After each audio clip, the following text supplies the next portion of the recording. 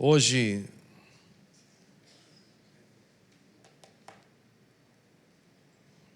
nós vamos orar, pedir a Deus sua graça, porque essa mensagem de hoje talvez seja, se não for a mais difícil, seja uma das mais difíceis que eu já preguei na minha vida. Não vai ser fácil pregar essa mensagem. Não só pela dificuldade do tema, mas porque durante todo esse tempo, os próximos minutos, eu sei que vai haver uma guerra aqui. Uma guerra tentando capturar a sua mente e bloquear o seu entendimento para que você não compreenda o que o Espírito Santo quer nos falar hoje. Mas eu já quero tomar a autoridade do nome de Jesus para proibir toda distração, toda dispersão, para proibir a influência maligna e a voz do diabo aqui nesse ambiente. Declaramos selados esse lugar, as entradas, as saídas espirituais e toda resistência espiritual seja quebrada nesse momento. Que a sua mente e seu coração sejam atraídos para Deus. Que a voz do Espírito Santo seja aquilo que você vai ouvir hoje. Quem crê aí, recebe, diga amém. Senhor, faz isso, Pai, sela esse lugar. Sela esse ambiente. Espírito Santo, nós declaramos a nossa dependência completa, total do Senhor. É a Tua palavra que tem autoridade. Então, Espírito Santo, conecta agora nas ondas, as ondas do nosso coração, do nosso espírito com o Teu Espírito. E nós te agradecemos pelo pão dessa manhã, por esse momento de estar na Tua presença, pela ceia do Senhor desse dia. E assim nós te agradecemos, em nome de Jesus. Amém. O tema da nossa mensagem hoje é vencendo o espírito de pobreza. O espírito de pobreza é uma fortaleza que opera no mundo espiritual. E ela tem o propósito de impedir que você, que eu, andemos na plenitude daquilo que foi conquistado na cruz por Jesus e que já está disponível aos filhos de Deus. Uma fortaleza espiritual é uma estrutura que mantém, através de uma mentalidade, expressões, jeito de ver as coisas, maneira de enxergar as coisas e uma cosmovisão. A Bíblia Sagrada diz, amados, que nós somos mais do que vencedores, amém? Você acha, você crê que você é mais do que vencedor? Isso é o que a Bíblia diz. Mas tem muito cristão vivendo hoje escravo do espírito da miséria,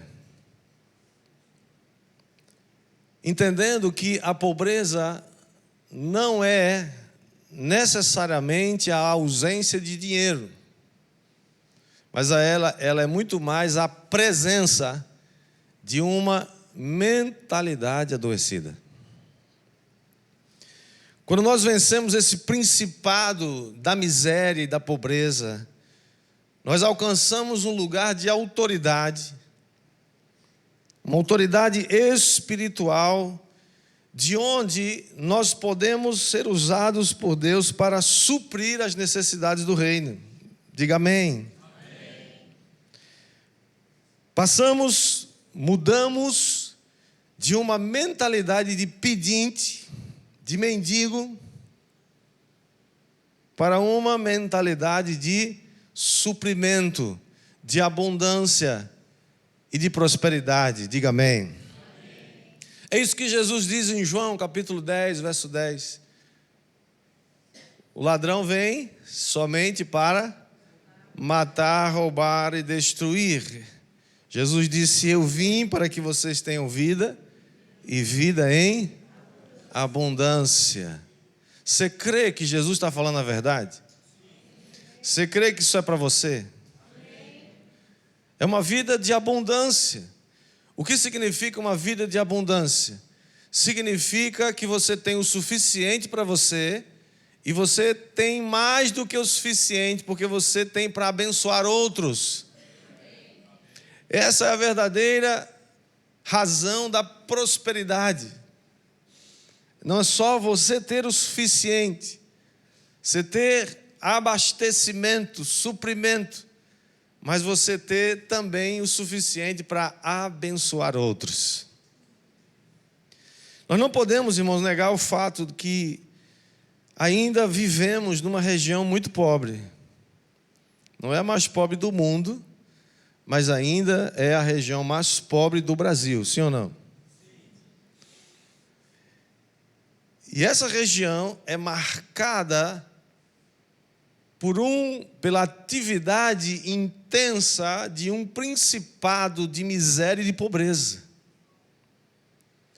Alguns anos atrás o Senhor falou que iria abalar o principado da corrupção no Brasil. E você está vendo o que aconteceu de 7 anos para cá. A operação chamada Lava Jato seria impensável algumas décadas atrás. Deus fez aquilo. Levantou homens, mulheres, pessoas comprometidas, mas não foram eles, e eles sozinhos não seriam capazes de fazer o que eles fizeram. Deus começou a estabelecer um novo modelo para o Brasil. Interessante que Provérbios, capítulo 28, diz, verso 2, que a corrupção moral de uma nação faz cair o governo, mas o líder sábio e prudente traz estabilidade. E ainda no versículo 16 diz: o governante que não tem entendimento oprime seu povo, mas o que odeia a corrupção tem vida longa. Você está entendendo que Deus está interessado no nível de corrupção, ou Ele está interessado em que isso seja removido? Quem crê aí, diga amém. Mas eu creio, irmãos, que nós temos também, chegou a hora de você e eu clamarmos, não só para que Deus continue fazendo a boa obra que Ele já começou, em destronar esse principado da corrupção, mas nós está na hora da gente orar como nordestinos e dizer: Senhor, além disso, começa a destronar o principado da miséria e da pobreza no Nordeste, que tem mantido estruturas malignas por anos, décadas, séculos. É um principado que assola a nossa região.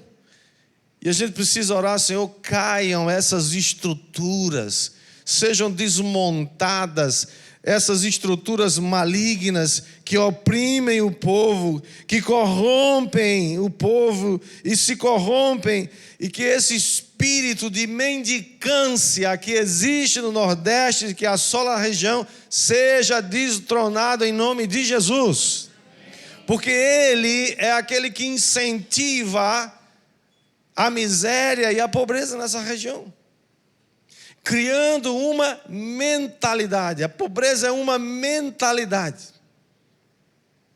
Por outro lado, nós cristãos precisamos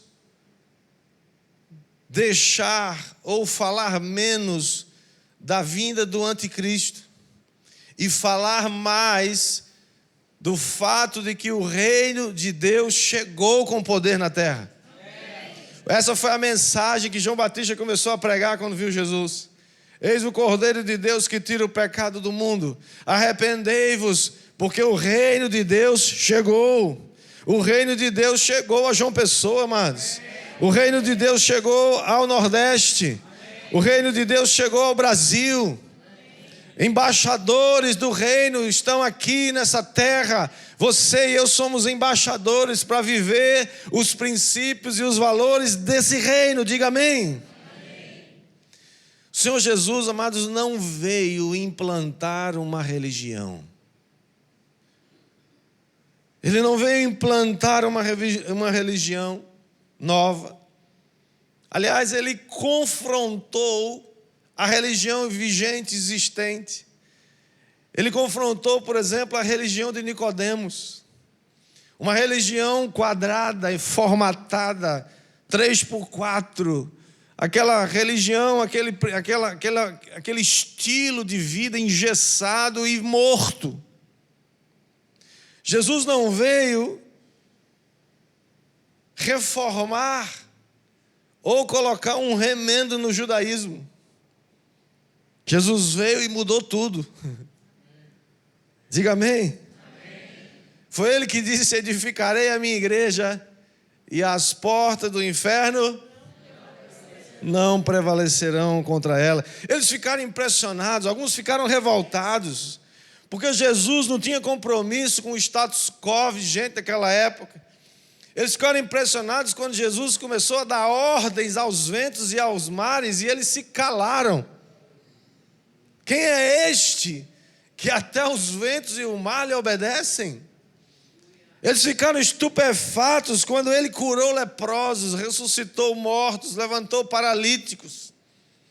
E ele disse: vocês, se referindo aos discípulos, vocês são o sal da terra e a luz do mundo. O sal da terra não serve para o mundo, tem que servir na terra. E a luz não foi feita para ser colocada debaixo de uma cama, mas foi feita para ser colocada num lugar visível. E assim todos possam ser beneficiados dessa luz. Todos ao seu redor precisam ser beneficiados com a luz que está em você. Amém. Diga amém. Amém. Todos nós então somos chamados para viver nessa terra como embaixadores. Você é um embaixador, diga para o seu vizinho: você é um embaixador. Você é uma embaixatriz. Mas, irmãos, é impressionante como há muitos embaixadores tentando viver de acordo com as regras do lugar onde ele está, simplesmente, e não submetido às regras do reino a que ele representa. Todo embaixador, embora seja limitado pelas condições daquela nação onde ele está, mas ele obedece não às regras daquele país, ele obedece às regras do país e da nação que o enviou para aquela terra. Você e eu estamos aqui como embaixadores.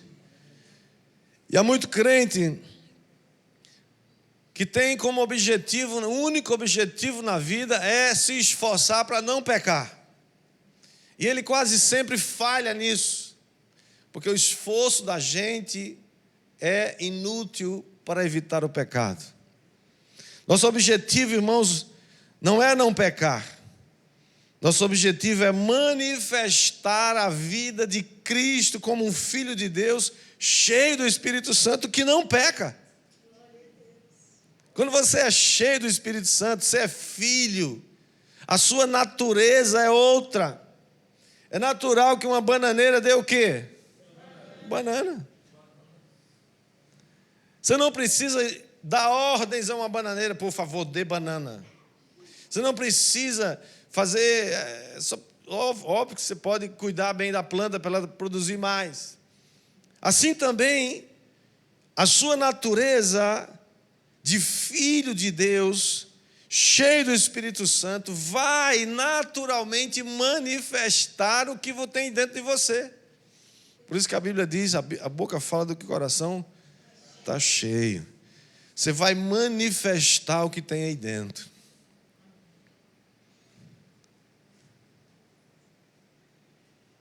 Portanto, irmãos, para nós derrotarmos as obras das trevas, para a gente derrotar o espírito de miséria, de pobreza, que assola o mundo e assola também nossa terra, para derrotarmos as obras das trevas, nós precisamos primeiro compreender como é o seu modus operandi, como é que ele funciona, para então aplicar aquilo que a Bíblia Sagrada nos ensina. Nós já vimos que o mundo jaz no maligno, sim ou não? A Bíblia diz que o mundo e o seu príncipe, chamado Satanás, ele é aquele que mantém esse mundo funcionando de acordo com as suas regras. Isso não significa que Deus perdeu o controle, ou que Deus é impotente para mudar isso. Não, Deus permite. Os homens são responsáveis pelas suas escolhas. Por isso que alguém já disse, todo mundo tem o governo que merece. São suas escolhas que estão pavimentando o caminho por onde você vai passar. Então a Bíblia diz que o mundo, ou o príncipe desse mundo, cegou o entendimento dos incrédulos para que não lhes resplandeça a luz do Evangelho. É seu objetivo impedir que você tenha conhecimento. Por quê? Porque a Bíblia diz que quando nós estamos em trevas, nós não conseguimos ver a luz. E trevas nas Escrituras Sagradas não são somente sinônimo de ausência de luz, mas significa também ausência de conhecimento, de entendimento.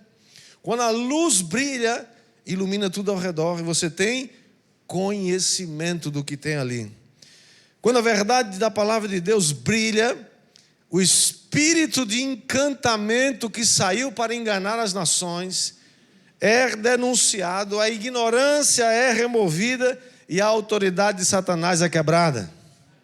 Não, você devia dizer um amém mais forte. Você devia concordar com isso. É por isso que o Senhor Jesus afirmou em João 8,32: e conhecereis a verdade, e a verdade vos... É ela que liberta, é a verdade que nos liberta, e a verdade se chama Cristo. Assim como o seu computador precisa periodicamente de sofrer algumas atualizações, sim ou não? De vez em quando você tem lá uma atualização, né? Que precisa um programa, não sei o quê, um aplicativo, não sei das quantas, novas mudanças que houve naquele equipamento, naquele celular, naquele computador. Precisa fazer uma atualização. Eu creio, irmãos, que a igreja também precisa passar por isso. Passar por uma atualização. Isso não significa mudar os princípios e nem os fundamentos, porque eles são imutáveis. Diga amém. Nós não podemos montar ou estabelecer um outro fundamento. O fundamento já foi posto. Mas nós precisamos, sim, atualizar o programa. Como nós estamos alcançando as pessoas hoje? Os métodos de evangelismo hoje? Como é que nós estamos cuidando das pessoas? Quais são os problemas? Quais são as mentiras que Satanás está dizendo hoje? Nós precisamos nos atualizar. Diga amém. A igreja está em movimento. Nós não queremos e não podemos correr o risco de daqui a alguns anos, daqui a algumas décadas, a gente olhar para trás e ver um monte de velhinho de cabeça branca e a gente ter perdido a próxima geração. Nós não vamos perder a próxima geração, diga amém. Parece que ao longo do tempo nós fomos desenvolvendo essa mentalidade de sobrevivente.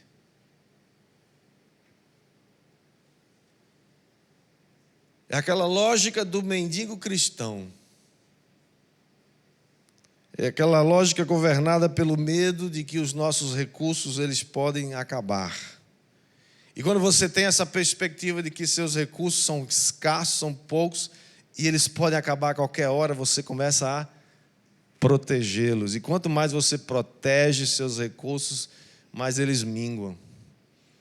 Porque nós estamos conectados a uma fonte inesgotável. Isso não significa ser perdulário, nem gastador, nem esbanjador. Significa que você precisa pensar não como uma categoria de um mendigo que está com a mão estendida, uma mentalidade de pobreza que que gera em nós um sentimento de impotência. Mendigos se acham impotentes. Agora, é preciso que a gente saiba, irmãos, como é que esse espírito de pobreza age. É impressionante, irmãos, ver pessoas com um potencial enorme, com imensas possibilidades, mas elas não acreditam, porque se tornaram escravos de uma mentalidade de miséria. Aquelas pessoas que vai, por exemplo, já viu aquela que vai na churrascaria? Consegue pagar uma taxa fixa, né? A churrascaria é uma invenção maravilhosa, né? Esse negócio brasileiro, irmãos, inventa coisa maravilhosa. A churrascaria é uma invenção brasileira, sabia disso? Antes de você ficar com essa baixa autoestima aí, né, brasileira, que tudo aqui dá errado, que nada. Churrascaria não tem em outros lugares do mundo que copiaram da gente. Churrascaria é uma maravilha, sim ou não? Você paga lá um valor fixo e come até morrer. Mas tem gente que faz exatamente isso. Tem gente que vai para a churrascaria e diz assim: eu vou comer tanto que esses caras vão se arrepender de ter me deixado entrar nessa churrascaria. Eu vou quebrar eles hoje. O garçom passa lá com 100 quilômetros, com 100 metros de distância, ele está, aqui. Não é verdade? É aquela pessoa que se sente penetra na sua própria festa. Gente, irmãos, que quando vão numa festa, num lugar que tem fartura, eles perdem completamente a compostura. Eles perdem totalmente não tem educação nenhuma, zero. Eles comem feito louco, comem. E o pior, sabe o que eles fazem? Levam uma pochete para levar comida para casa. Uma bolsa. Irmãos, um dia eu estava no casamento, uma miserável teve a coragem na minha frente de pegar o guardanapo daquele caríssimo de pano, não é guardanapo de papel que você pode jogar fora. Aqueles guardanapos são caros. Se você leva um negócio daquele, o dono da festa vai ter que pagar. Isso é roubo. A miserável pegou um guardanapo grandão assim, bonito, branco, né? Fez uma trouxa, começou a botar comida dentro. Não é só os docinhos que alguém leva, não sei o quê. É comida mesmo, que ela diz, aqui vou fazer a feira de uma semana. Bom, nós vamos para Israel, né? Eu e minha esposa já fomos 7 vezes a Israel. E Israel, a gente normalmente tem a comida é à vontade, né? A gente tem sistema meia pensão, você tem café da manhã incluído e é jantar. Só o almoço que a gente almoça na rua, em algum lugar, faz um lanche. Mas é de manhã e à noite.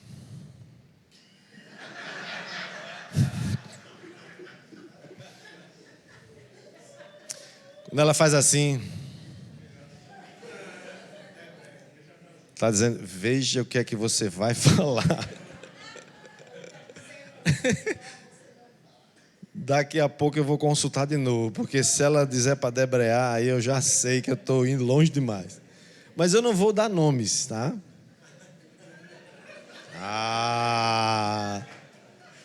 Né? Aliás, depois dessas 7 viagens, nós já te levamos centenas de pessoas, então você não vai confiar de ninguém, né? Mas aí, quando aquele pessoal vê aquelas mesas assim completas de comida, de todas as comidas que eu nunca vou comer, que é tanto. Tem uma mesa de gigante só de salada de manhã. Quem merece comer salada de manhã, pelo amor de Deus, gente? E quando ele vê o jantar, meu Deus, e os hotéis que a gente vai, sinceramente, vamos passar 2 semanas viajando, não vamos para espelunca, não. A gente vai para coisa boa, né? Se fui pobre, não me lembro. E a gente vai para aqueles hotelzão e o jantar é desmantelo, é comida, né, João Paulo, né? Comida à vontade, né? Todo tipo de carne. Você pode, qualquer pessoa do mundo que tem hábitos diferentes, vai ter o que comer. Só gente que bota nhaca e caatinga em tudo na vida que vai dizer lá, não gostei daquela comida. Diga, miserável, tu passa fome em casa e aqui fica com essa reclamação. Para com isso. Aí quando ela vê aquelas mesas assim, completas de comida, ela fala assim, eu estou no céu e não sabia. Come, se empanturra, passa mal e leva. Café da manhã, ela faz um kit de sobrevivência durante o dia. Leva 5 maçãs, 4 peras, não sei o que, e sai levando. Sabe o que é isso, irmão? Espírito de miséria. É gula também. É gula também. Mas essa é uma marca do espírito de miséria. Elas agem, irmãos, como se nunca mais fosse ter alguma fartura na vida. São tão miseráveis que passam 6 meses com o mesmo barbeador. O bicho já está arrancando os pedaços aqui, cego. Ele fala, não.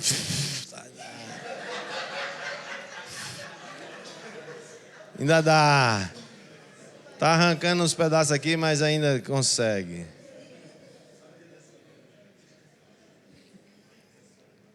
Agora, como é que agem os príncipes? Tem príncipe aqui? Como é que agem os príncipes? Os príncipes, ao contrário, eles não se portam assim. Príncipes, eles se comportam de maneira honrada. Príncipes, enquanto a mentalidade de pobreza pensa em sobreviver, por isso fica pegando as comidas para levar para casa. Os príncipes sabem que a sua missão aqui na terra é servir os outros e não servir a si mesmo. E mais do que isso, eles pensam com uma mentalidade de deixar um legado. Se preciso for, eles ficam com fome para que os outros comam. Isso é mentalidade de príncipe, de princesa. Você vai numa festa e vê aquela fartura toda e falou, poxa, que legal. Eu vou comer o que eu preciso e nada mais do que isso. Por quê? Porque eu sei, quem tem mentalidade de príncipe, sabe que amanhã Deus vai continuar lhe dando o pão de cada dia. A vida não é apenas sobreviver, mas é passar o bastão. Você tem que profetizar. Nós profetizamos nessa igreja que os nossos filhos serão maiores e melhores do que nós. Amém. Alcançarão mais do que eu e você alcançamos. Amém. Quem crê, diga amém. Amém.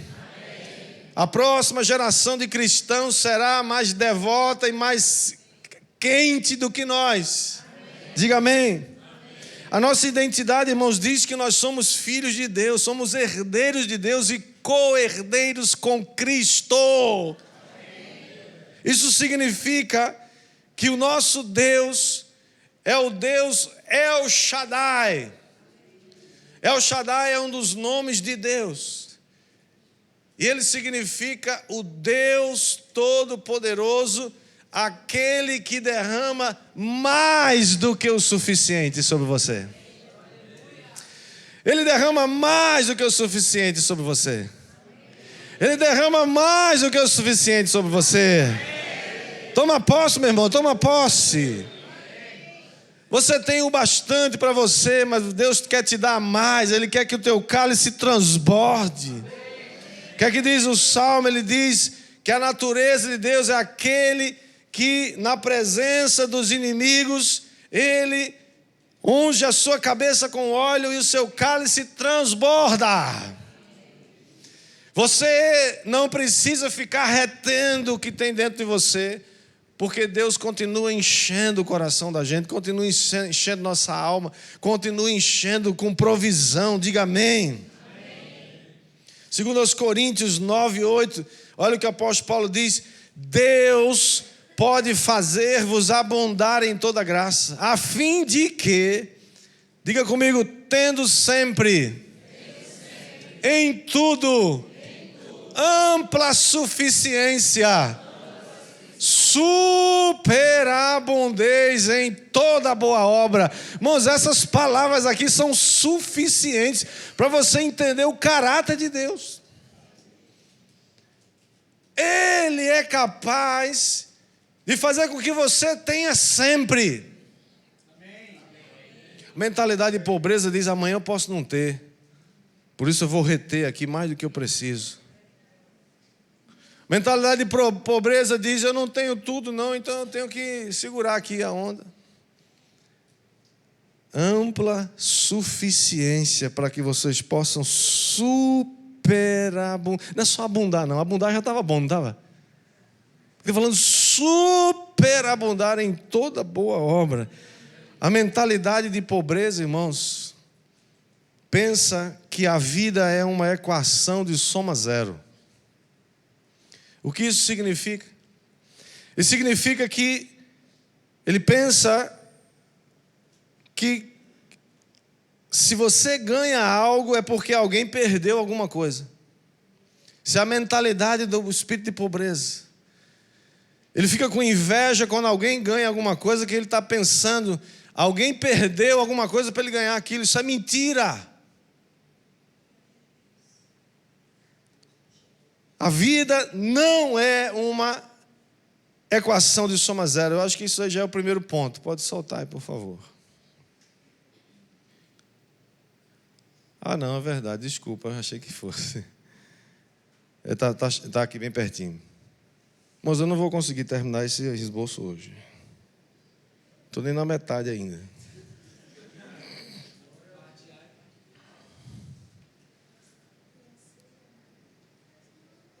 É uma pessoa que está comendo aquela picanha maravilhosa. Mas é difícil fazer pregar sem falar em picanha.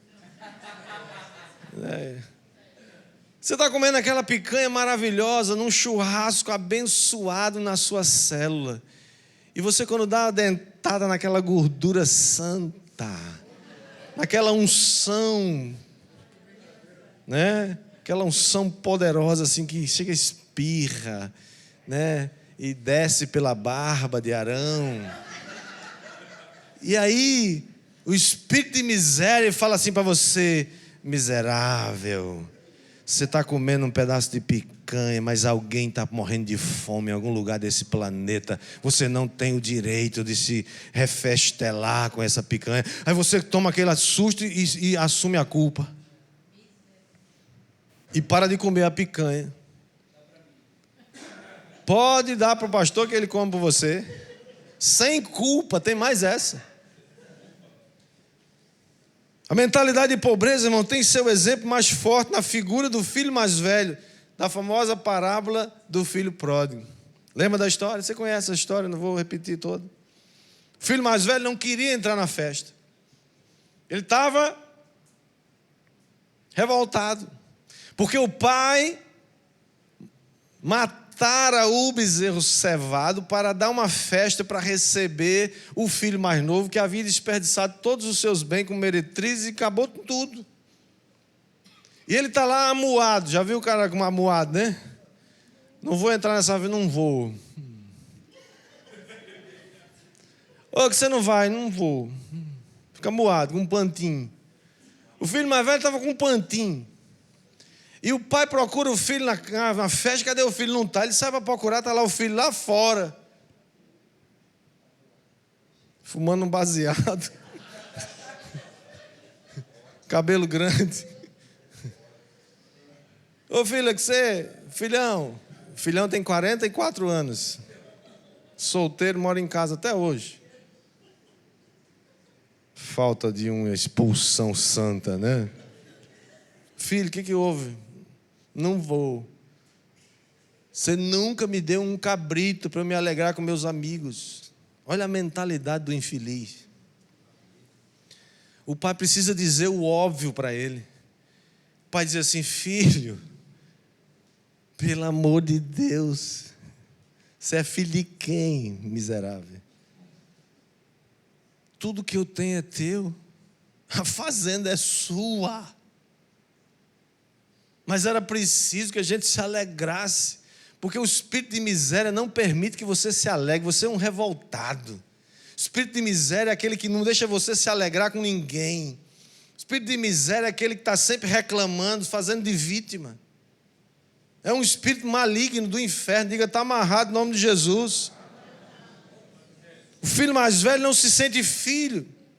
Ele tem uma mentalidade limitada, de recursos escassos. Por isso, irmãos, você quer vencer o espírito de miséria na sua vida? Quer vencer o espírito de pobreza?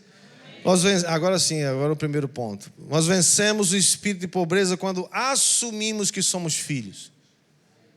Você não é um bastardo, você não é um rejeitado. O espírito de rejeição é um espírito que assola essa geração como nunca antes. Filhos que não se sentem parte, não têm um sentimento de pertencer a alguma coisa ou a algo, muito menos a uma família. Quando eu descubro que sou herdeiro, eu descubro que todos os bens do meu pai são meus. Quando eu descubro que eu sou filho, eu descubro que tudo que Jesus conquistou na cruz é meu por herança, é seu por herança. Dê glória a Deus, faça algum barulho, diga alguma coisa. Não fica olhando para mim com essa cara de bastardo, não, pelo amor de Deus. Você é filho, você é filha, você tem um orçamento. Espírito de pobreza, irmão, nos leva a murmurar. Alguém dá uma festa e a gente não pode dar, a gente reclama.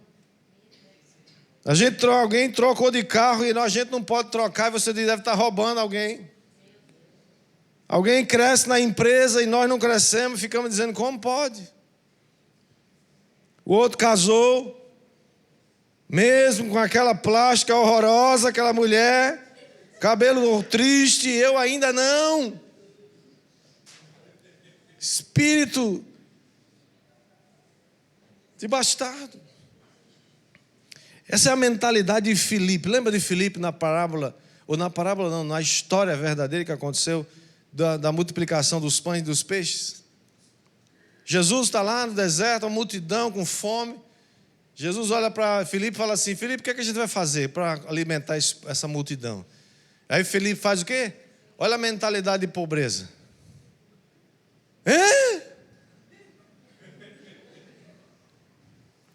20.000 pessoas. Ele fala assim, aí vem a capacidade de consulta do coach, do mentor, não sei das quantas, né? Fala assim, olha, nem 200 denários seriam suficientes para comprar comida para todo esse povo. Essa é a escola de Filipe, é a escola da miséria. Tem muita gente matriculada na escola da miséria. Eu sei que eu estou ofendendo gente aqui hoje. E o meu objetivo é ofender você mesmo. Meu objetivo é espetar você, para você sair desse lugar horroroso onde eu já estive também. Essa mensagem primeiro me ofende. E o objetivo é esse mesmo. É desinstalar você. É tirar você desse ambiente de acomodação e de conforto que você vive. Talvez sem pensar que você tem a mentalidade de Filipe. Que vamos fazer, pastor, para construir o prédio dessa igreja? Nem 10 milhões seriam suficientes. No natural é impossível. É ou não é? Mas aí tem sempre alguém com uma mentalidade diferente. Olha o que André, irmão de Pedro, diz: Senhor,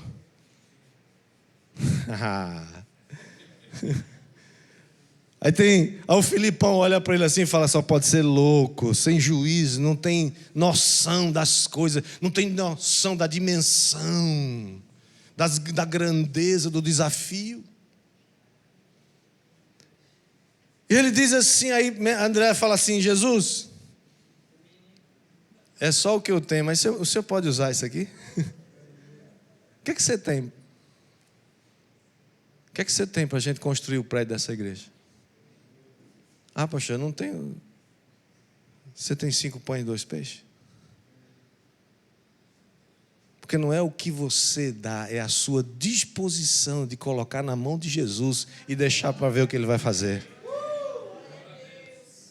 Jesus recebeu Os 5 pães e 2 peixes, irmãos, e olha, eu imagino, a Bíblia não diz, mas eu imagino que ninguém ficou nem sabendo de quem eram os 5 pães e 2 peixes, que foi do menino. E naquela época só contava homens, não contava mulheres e nem meninos. Ou seja, a comida para alimentar uma multidão veio de alguém que nem contado foi. Às vezes você nem contado está sendo. Ninguém vai ficar nem sabendo quando foi tua oferta, tua decisão, teu investimento. Mas Jesus sabia, até hoje Ele sabe. E até hoje nós contamos a história desse menino que não sabemos o nome, mas que teve coragem de dizer: Senhor, está aqui, é pouquinho demais, mas eu não sei, o Senhor vai fazer algum milagre nesse negócio. Deus pode fazer um milagre, sim ou não, gente? Sim. Sabe qual é o problema? É que muitos de nós não têm experimentado a provisão de Deus, porque a mentalidade de pobreza não deixa você sequer entregar o pouco que você tem, com medo de ficar sem nada. Porque a maioria das sementes que você tem, aliás, a maioria dos milagres que você precisa, a semente já está com você, já está na sua casa. Você crê ou não? Sim. E a gente fica olhando para não, isso é um problema de Deus, isso é um problema da prefeitura, isso é um problema do Estado, isso é um problema do governo. E a gente está sempre transferindo a responsabilidade para os outros. A entrega dos 5 pães e 2 peixes alimentou quase 20 mil pessoas e ainda sobraram 12 cestos cheios. Isso é a suficiência. Filipenses 4,19 diz: o meu Deus, segundo a sua riqueza em glória, há de suprir em Cristo Jesus cada uma das suas necessidades. Deus não nos chama para ser rico, embora haja muitos ricos aqui dentro dessa igreja. Quem recebe aí dá glória a Deus e toma posse. Mas Ele nos chama para ter suprimento em todas as coisas. O meu Deus, segundo a sua riqueza, não é segundo a riqueza sua, a sua pessoal, nem é segundo a riqueza da economia do país, mas é segundo a riqueza dele. Ele há de... Falta a riqueza dele? Falta a riqueza dele? Falta a provisão dele? Falta? Nunca. É segundo essa riqueza que Ele vai suprir em Cristo Jesus cada uma das nossas necessidades. Há uma diferença, irmãos, muito grande entre pessoas supridas e pessoas ricas. Pessoas ricas podem ser miseráveis e avarentas. Pessoas supridas têm provisão. Porque a prosperidade é mais do que dinheiro. Prosperidade é ter alegria, ter paz na vida, paz no casamento, paz na família, é ter saúde, é ter uma família abençoada. Pessoas ricas constroem sua identidade a partir do que elas possuem como bens e propriedades. Pessoas supridas, elas têm sua identidade naquilo que elas são e não naquilo que elas possuem. Pessoas ricas têm medo de perder tudo e ficar pobre. Pessoas supridas, abençoadas, sabem que as posses são apenas uma expressão do que elas são. E por isso elas sabem também que sempre terão o suficiente. Diga amém? Amém. Pessoas ricas pensam em acumular bens e riquezas. Pessoas supridas e abençoadas pensam em deixar um legado para as próximas gerações. Paulo adverte os ricos dizendo a Timóteo: exorte os ricos deste mundo que não sejam orgulhosos, nem depositem a sua esperança na instabilidade da riqueza, mas em Deus, que tudo nos proporciona ricamente para o nosso prazer. Uma nação que almeja a prosperidade deve ensinar a todos os seus cidadãos uma profissão. Aqui ao contrário, nós temos glorificado a pobreza. Temos aplaudido a pobreza como um estilo de vida útil, razoável. Nós sabemos que uma das estratégias de políticas públicas, por exemplo, que oferece, por exemplo, as bolsas família, para pessoas que têm dificuldade, carência e estão em dificuldades na sua vida.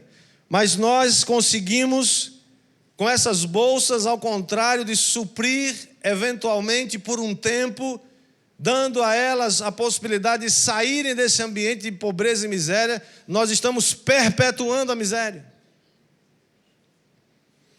Nós perpetuamos a miséria quando recompensamos a preguiça. E assim reproduzimos as condições que alimentam esse espírito de miséria e de pobreza.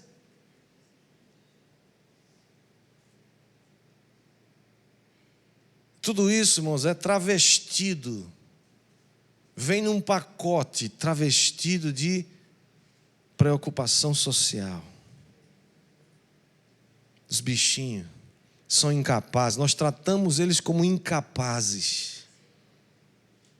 Essa é a pior maneira de você lidar com um ser humano, é achando ele incapaz. Ele não é incapaz. Nós trabalhamos ali na Vila Feliz há muitos anos, em um lugar muito pobre. Pessoas pobres. Mas o que temos encontrado ali de potencial, de gente com capacidade, que precisam sim ser estimuladas, precisam sim de oportunidades, mas não para dizer a elas que elas são incapazes e elas devem permanecer nesse estado de miséria a vida toda, porque isso é interessante para a gente corrupta, que se mantém no poder pelos pobres, porque se você precisa dos pobres para fazer alguma revolução, você sempre vai precisar dos pobres para se manter no poder.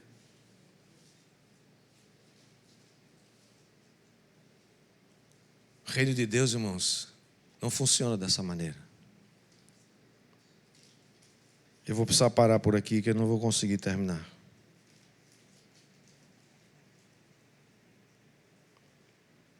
Ainda temos a ceia. Vamos deixar para a próxima semana. Tudo bem? Só assim eu sei que você vem domingo. Espero que você venha. Espero que você não tenha ficado tão ofendido a ponto de não querer vir domingo. Mas eu sei que isso está gerando em você uma mudança de mentalidade.